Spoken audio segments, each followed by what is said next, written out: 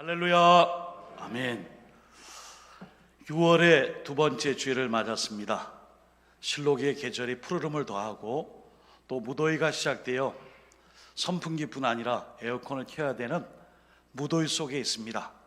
그럼에도 불구하고 오늘 주일 성수와 예배로 하나님께 온전한 예배 드림으로 함께 하시는 모든 노원의 성도님들, 영상을 통해서나 또 이 자리에서 대면 예배로 드리실 때에 하나님이 주시는 은혜와 능력으로 오늘 주일을 시작으로 한 주간 늘 평안하며 강건하며 믿음의 자리에서 승리하시기를 예수님의 이름으로 축복합니다. 아멘. 오늘은 우리 각자의 손을 가슴에 대고요, 하나님께 소망을 두라 축복하며 선포하겠습니다. 3번 해볼까요? 시작. 하나님께 소망을 두라. 하나님께 소망을 두라. 하나님께 소망을 두라. 아멘.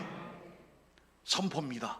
선포한 그대로 하나님께 소망을 두며 하나님을 의지할 때에 하나님이 오늘 시편 42편의 말씀처럼 그대로 말씀대로 응답해 주시기를 예수님의 이름으로 축원드립니다. 아멘.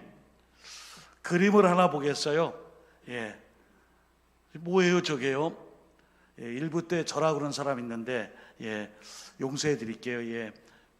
뭐예요 저게요? 오뚜기죠, 오뚜기. 오뚜기. 자, 오뚜기란 단어를 찾아보니까요, 밑을 무겁게 하여 아무렇게나 굴려도 오뚝오뚝 일어서는 어린이들의 장난감. 그리고 거기에 해석을 또 하나 해놨는데, 오뚜기는 넘어져도 금방 일어나는 특성 때문에 아무리 큰 고난이 와도 꿋꿋이 견뎌내는 사람, 이런 의미도 갖고 있대요. 오죽하면 강원도 저기 최전방에 팔사단이라고 있어요. 팔자로 되어 있는 팔사단이 저 북한군들과 싸움에서 패퇴하지 않고 날마다 승리하고 이겨낸다 그래서 8팔자, 이 아랍의 숫자 8인데 그 모양이 팔자면서도 오뚜기 모양을 했다 그래갖고 노랗게 된 오뚜기 부대가 있어요. 팔사단. 언제나 싸움에서 승리해서 쓰러지지 않고 넘어지지 않고 그 중심을 지키는 오뚜기. 자, 오뚜기가 왜 넘어지지 않을까요? 그림에 나와 있네요. 무게 중심이 늘 그 중심부가 아래쪽에 있죠. 중력에 끌어당기는 힘과 또 오뚜기의 그 밀접한 닿는 면이 그 중심부가 하부에 있어가지고 비록 왔다 갔다 넘어질 것 같은데도 결탄코 쓰러지지 않고 오뚝오뚝 일어난다 그래서 오뚜기예요. 자, 그럼 사랑하는 성도 여러분, 우리 그리스도인들은 오뚜기와 같은 신앙의 삶을 살려면 어떻게 할까요? 평소에 겉으로 보여지는 건강의 문제, 또 나 자신의 어떤 형통한 삶의 문제, 직장, 일터, 생업의 터전, 명예, 권력, 그리고 내가 가지고 있는 모든 꿈과 이런 일들을 통해 겉으로 보여지는 것들이 잘 되면은 이렇게 오뚜기처럼 오뚝오뚝 일어날 수 있을까요? 눈에는 보이지 않지만은 망망대해를, 태평양을, 인도양을, 대서양을 그 가르면서 많은 물자들을 이렇게 수출입하는 큰 선박들이 있습니다. 그 큰 배들은 그 중심 하부에 밸러스트라는 배에 이렇게 균형을 잡아주는 장치가 돼 있어요. 어떤 파도와 풍랑이 올지라도 파도를 막 거치면서 이겨내면서 그 밸러스터가 중심을 잡아주므로 배가 뒤집어지거나 또 난파하거나 흔들리지 않아요. 마찬가지로 우리 신앙인들은 견고한 신앙과 믿음은 겉으로 보여지는 육신의 건강도 겉사람도 중요하지만 우리의 영혼의 문제, 우리의 속사람의 심령이 더 무게중심을 가질 때에 우리는 더 견고한 신앙의 삶을 살아가고 또한 어떤 어려움과 시련을 당할지라도 금방 제자리로 회복하여 돌아올 수 있습니다. 벌써 1년의 절반, 반환점이 되었다고 늘 말씀을 드리고 있습니다. 우리가 올해 교회표를 주요 주님 하나님이여 말씀으로 회복하게 하소서. 이 회복의 역사가 어디에 무게의 중심을 두는 거예요? 우리의 겉사람이 아니라 우리의 속사람 심령이 하나님의 말씀에 그 중심, 무게 중심을 둘 때에 우리가 넘어지고 쓰러지고 실패하고 좌절할지라도 다시 한번 회복되고 일어설 수 있는 그 역사가 분명히 시작되는 것입니다. 오늘도 우리가 믿음의 사람으로 견고한 신앙의 자리에서 보이지 않는 영혼, 우리의 신앙의 무게중심에 그 10년 가운데 든든히 서서 하나님 앞에 온전히 쓰임받는 믿음의 종들 다 되시기를 예수님의 이름으로 축원드립니다. 아멘. 자, 하나님을 바라는 소망을 두는 믿음의 사람은 어떤 사람일까요? 첫 번째, 하나님께 소망을 두는 사람은 낙심하지 않습니다.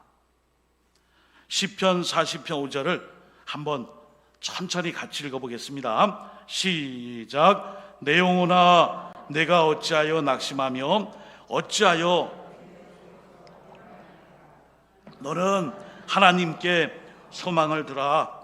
그가 나타나 도우심으로 말미암아 내가 여전히 찬송하리로다. 아멘. 오늘 이 시편의 내용의 배경은요, 믿는 도끼에 발등이 찍힌 경우예요. 믿었는데, 신뢰했는데, 사랑했는데, 맡겼는데, 이런 부분에 대해서 배신을 당하고, 또 모욕을 당하고, 아는 체도 안 하고, 또 다 맡기고 신뢰를 감을 가지고 돈독한 관계를 맺었는데 그만 어긋나는 결과를 예상치 못하게 맞이하게 되는 그런 상황에서 이 찬양을 하나님께 드리고 있습니다. 물론 더 깊이 들어가면은 다윗 왕이 아들 압살롬의 모반으로 쫓겨가는 인생 속에 자식도 믿을 수 없고 나의 부하도 믿을 수 없고 이스라엘 백성도 나에게 다 등을 돌렸구나, 이런 배신감, 사랑했던 아들, 믿었던 부하들, 백성들, 친구, 또한 내가 알고 있는 모든 사람들에게 배신과 실망과 등돌림을 당했을 때에 이 찬양을 하나님께 고라자선을 통해 올려드리게 된 것입니다. 이런 낙심의 상황이 우리에게 찾아올 때 우리는 어떻게 해야 할까요? 오늘 본문은 시편 40편 1절에 그 답을 우리에게 가르쳐 줍니다. 시편 40편 1절을 제가 봉독해 드립니다. 하나님이여 사슴이 시냇물을 찾기에 갈급함같이 내 영혼이 주를 찾기에 갈급하니이다. 아멘. 시편이 지금 한 150편까지 되어 있는데 날마다 새벽마다 시편을 묵상하고 있어요. 이제 58편까지 왔는데요. 시편을 이제 쭉 묵상하고 말씀을 전하다 보니까 눈에 이렇게 자꾸 들어오는 표현이 있어요. 시편의 모든 기자들이 찬양 중에 찬양, 노래 중에 노래인 시편을 하나님께 드릴 때에 다 좋아서 찬양한 게 아니에요. 힘들고 어려울 때에 제일 먼저 한 일이 있어요. 오늘 시편에도 42편 1절에도 나오죠. 하나님이여, 하나님이여, 주님이시여, 하나님이여. 어떤 시편에는 하나님을 의지한다는 표현이 6번씩 8번씩 나와요. 하나님이여, 하나님이여. 오늘 하나님 앞에 우리가 하나님을 찾을 때 이런 갈급함으로, 이 낙심과 염려와 걱정이 올 때 하나님을 갈급하게 찾는 것입니다. 오늘 본문에 사슴이 나오는데요, 이스라엘은 우리나라 이제 강원도 한 3분의 2 또는 뭐 경상북도 좀 요 정도 크기밖에 안 되지만 대부분이 사막이에요. 4월부터 9월까지는 비가 안 오는 건기입니다. 이때 사슴들이 새끼를 많이 베요. 바로 이때 이 사슴이 어떤 동물이에요? 열혈 동물. 몸이 뜨겁다 보니까 갈증을 자주 느껴요. 오죽하면은 동물의 왕국이나 내셔널 지오그래피 이런 데 보면은 가젤이나 사슴들이 그 웅덩이나 물이 있는 곳에서 물을 이렇게 핥아 먹어서 이렇게 물을 마실 때에 사주를 경계하는 거예요. 동서남북을 경계하며. 근데 그 앞에 악어가 막 입을 벌리고 있고 또 뒤에서 표범이나 사자가 이 가젤이나 이런 사슴을 노려요. 그래도 이 다른 이 목마름은 참을 수 없는 이 갈급함, 갈증 때문에 그 위험한 상황 속에서 물을 찾을 수밖에 없어요. 이게 바로 갈급함이에요. 오늘 우리 하나님의 백성들이 힘들고 어려울 때에, 낙심이 될 때에 정말 이 목마름을 해결하기 위해 갈급한 심령으로 하나님을 찾아야 합니다. 하나님이요, 하나님이요, 하나님이요 하며 시편 곳곳에, 우리가 최근에 150편의 시편 중에 58편까지 오늘 왔는데 중간중간 보시면은 시편의 기자들이 하나님이요, 하나님이요 찾습니다. 시편 50여 편 1절입니다. 하나님이요, 내 기도에 귀를 기울이시고 내가 간구할 때 숨지 마소서. 55편 16절, 나는 하나님께 부르짖으리니 여호와께서 나를 구원하시리로다. 아멘. 사랑하는 성도 여러분, 낙심되고 힘들 때 우리는 다시 한번 하나님이여, 아버지여, 주님이시여 하며 하나님을 찾아 주님께 간구하며, 목마른 사슴이 자기의 생명의 이 위급함도 있지만은 이 타는 갈증과 목마름 속에서도 시냇물의 냇가의 웅덩이에서 물을 찾는 그런 갈급함처럼 주님을 찾고 부를 때에 우리의 모든 낙심이 말 그대로 믿는 도끼의 발등이 찢기고 신뢰감을 잃어버리고 불신의 그런 관계 속에 그 구렁텅이에 빠질지라도 하나님은 나의 부르짖음에 응답해 주시고, 오늘도 그 기도를 품고 하나님께 간구하는 우리 모든 분들에게 하나님의 응답과 은혜와 그 능력으로 충만하시기를 예수님의 이름으로 축복합니다. 아멘. 두 번째는, 하나님께 소망을 두는 사람은 두려워하지 않고 담대합니다. 하나님께 소망을 두는 사람은 두려움도 없고 더욱 담대할 수 있습니다. 오늘 시편 40편 5절에 어찌하여 내 속에서 불안하여 하는고 말씀하고 있습니다. 오늘 이 시대를 불안의 시대라고 정의합니다. 절망의 시대라고 정의합니다. 그러나 성경은 오늘 말씀합니다. 어찌하여 내 속에서 불안해하는가? 주님 안에서, 하나님 안에서, 주님의 주권 안에 있는 너희들이 왜 불안해하느냐? 도리 우리에게 주님이 질문을 던지십니다. 오늘 이 시대는 정보, 통신, 첨단의 그 시설과 과학 문명과 이 발전과 발달로 인해서 삶은 점점 편리해져요. 정말 편리합니다. 그런데 시간과 세월이 갈수록 우리의 불안과 우리의 걱정과 염려는 더 늘어나는 것 같아요. 일어나지도 않은 일에 대해, 특별히 우리가 이 코로나19를 겪으면서 코로나19 이후에 또 뭐가 올 것인가, 백신을 접종하면서 기다리면서도 여전히 불안해요. 그런데 한편으로 이런 불안감과는 다르게 우리가 살고 있는 모든 이 시설과 이런 우리 상황 속에 진행되고 있는 일들은 점점 편리성을 추구합니다. 스마트폰이 다 손에 들어있어요.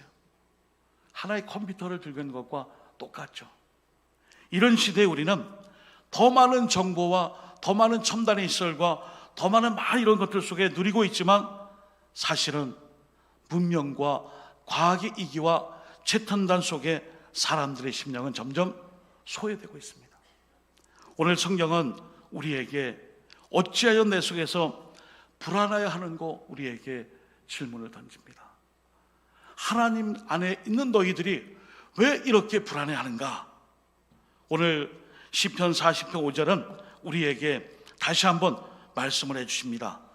아까 우리가 읽은 42편 5절 말씀의 중반부에 보시면은 이런 말씀이 있죠. 오늘 설교의 제목입니다.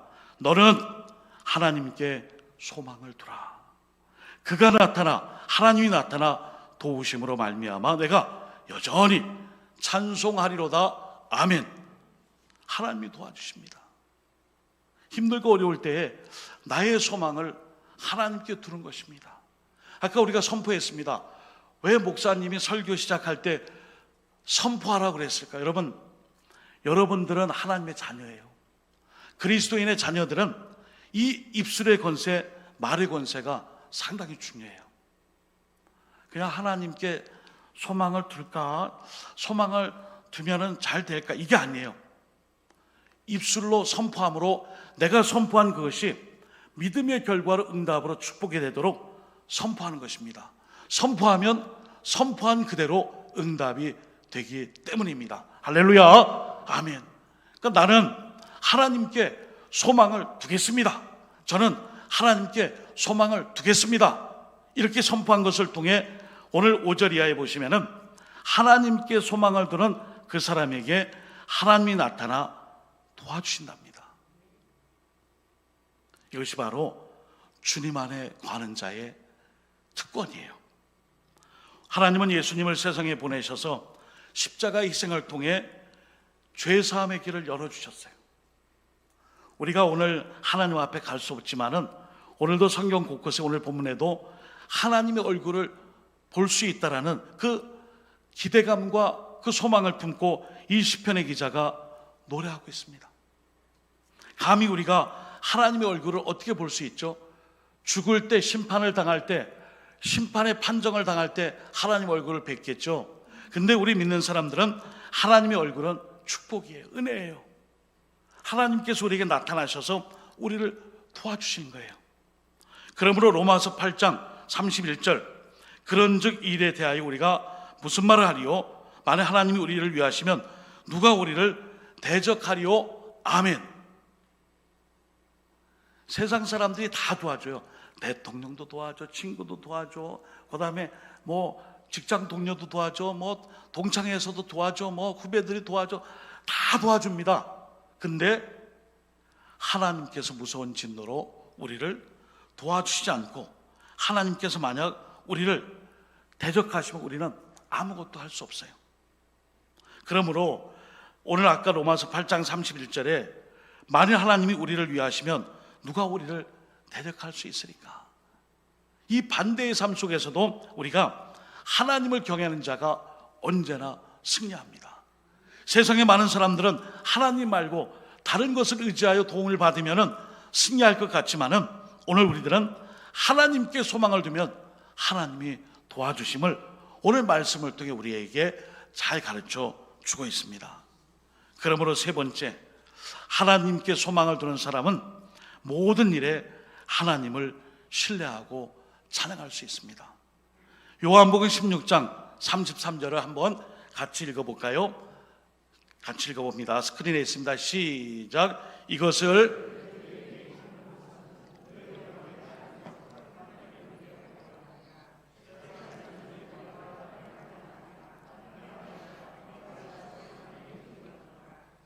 아멘.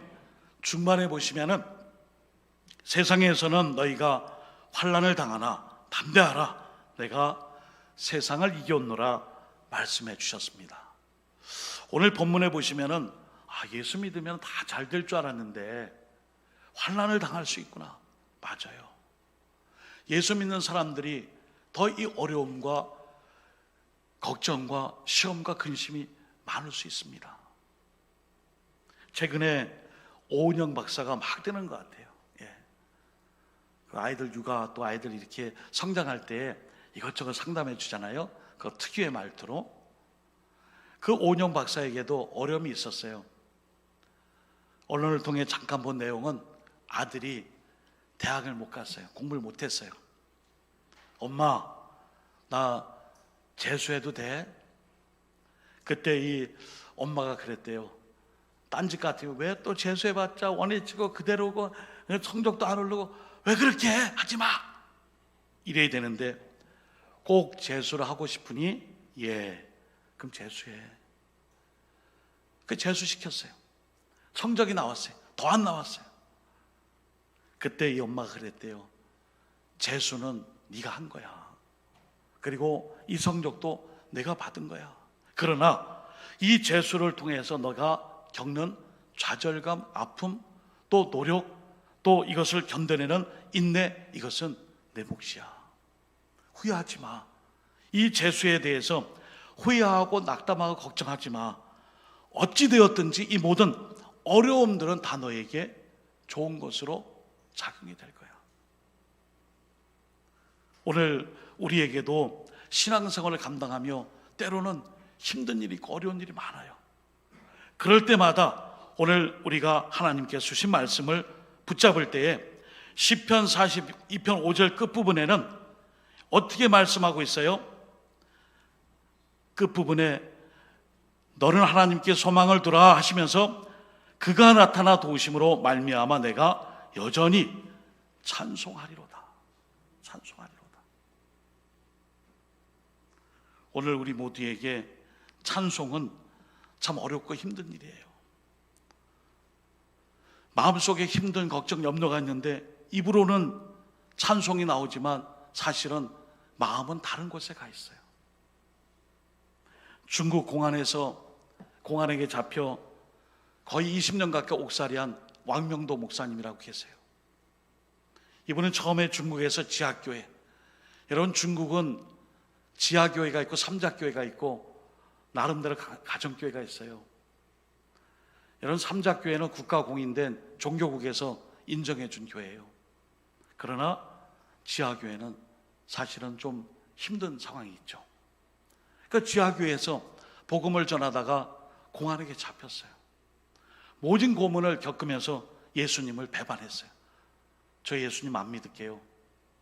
결국 목사님이 예수님을 부인하고 풀려났어요. 간밤에 잠을 자는데 너무 하나님께 죄책감이 들어 그 다음날 목에 간판을 만들어서 이렇게 고백했습니다.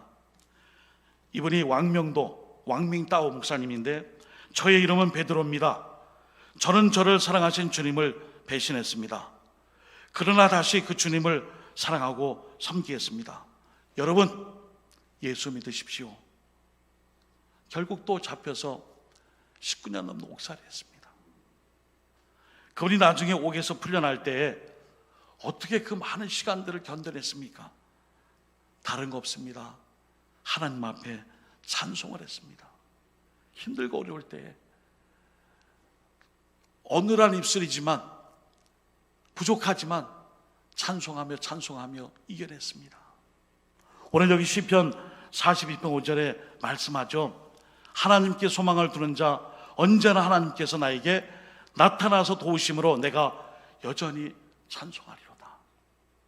사랑하는 성도 여러분, 우리가 할 일은 신세 타령, 세월 타령, 상황에 대한 부정적인 마음이 아니라 언제나 하나님을 앙망하며 찬송하며 이 찬송을 통해 절망을 희망으로 바꾸고요, 슬픔을 기쁨으로 바꾸며 하나님의 능력으로 이 환경을 바꿔주심을 믿고 우리의 심령 속에 하나님 앞에 늘 찬송과 찬양이 멈춰지지 않는 그런 삶을 살아야 될 줄 믿습니다.